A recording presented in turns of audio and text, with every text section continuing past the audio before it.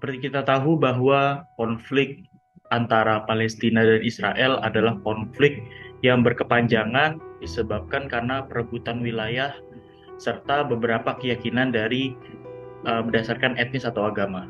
Akan kelompok kami soroti di sini adalah bagaimana institusi internasional, yaitu adalah Dewan Keamanan PBB, yang tugasnya untuk menyetabilkan kondisi, malah berpihak kepada salah satu pihak atau salah satu polar, sehingga seakan-akan dia menjadi pion untuk atau alat atau instrumen dari pihak yang mempunyai ambisi. Konflik dari Israel dan Palestina ini berawal dari tahun 1948 yang dimana Israel mendirikan negaranya dan orang Palestina banyak yang mengungsi karena ekspansi yang dilakukan oleh Israel. Israel sendiri memiliki konflik dengan negara-negara Arab dan aktor non-negara seperti kelompok militan Hamas yang dimana melawan Israel.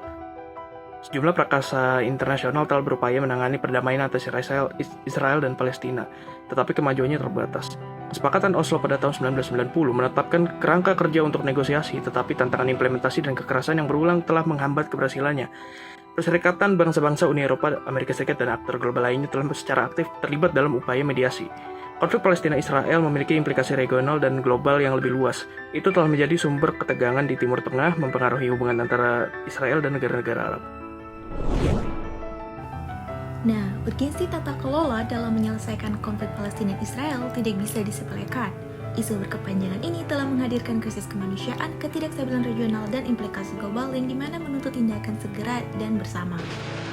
Maka, kemauan politik, akuntabilitas, dan kerjasama internasional sangatlah penting dalam memutuskan siklus kekerasan dan menciptakan jalan menuju penyelesaian yang adil.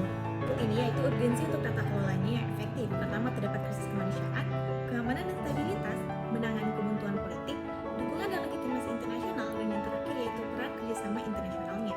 Isu ini sendiri telah menghadirkan krisis kemanusiaan yang mendorong urgensi tata kelolanya, yang dimana para warga Palestina di wilayah penduduknya mereka telah menghadapi pembatasan pergerakan, hilangnya nyawa, serta dengan ketidakstabilan ekonomi, kurangnya dari tata kelola yang baik melanggengkan siklus penderitaan, dan menghambat pengembangan komunitas yang layak dari kedua sisinya.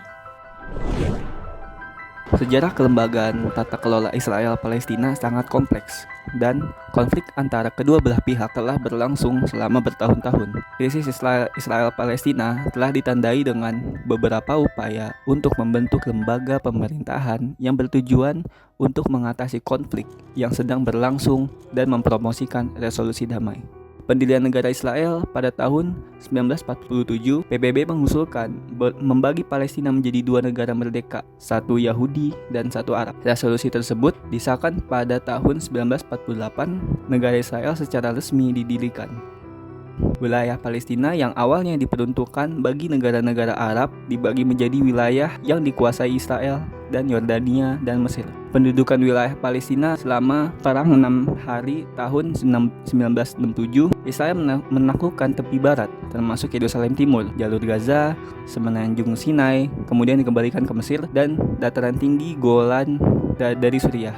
Otoritas Palestina pada tahun 1993, kesepakatan Oslo ditandai antara Israel dan Organisasi Pembebasan Palestina atau yang biasa disebut PLO. Kesepakatan itu mengarah pada pembentukan otoritas Palestina sebagai badan pengatur yang bertanggung jawab atas daerah otonom tepi barat dan jalur Gaza.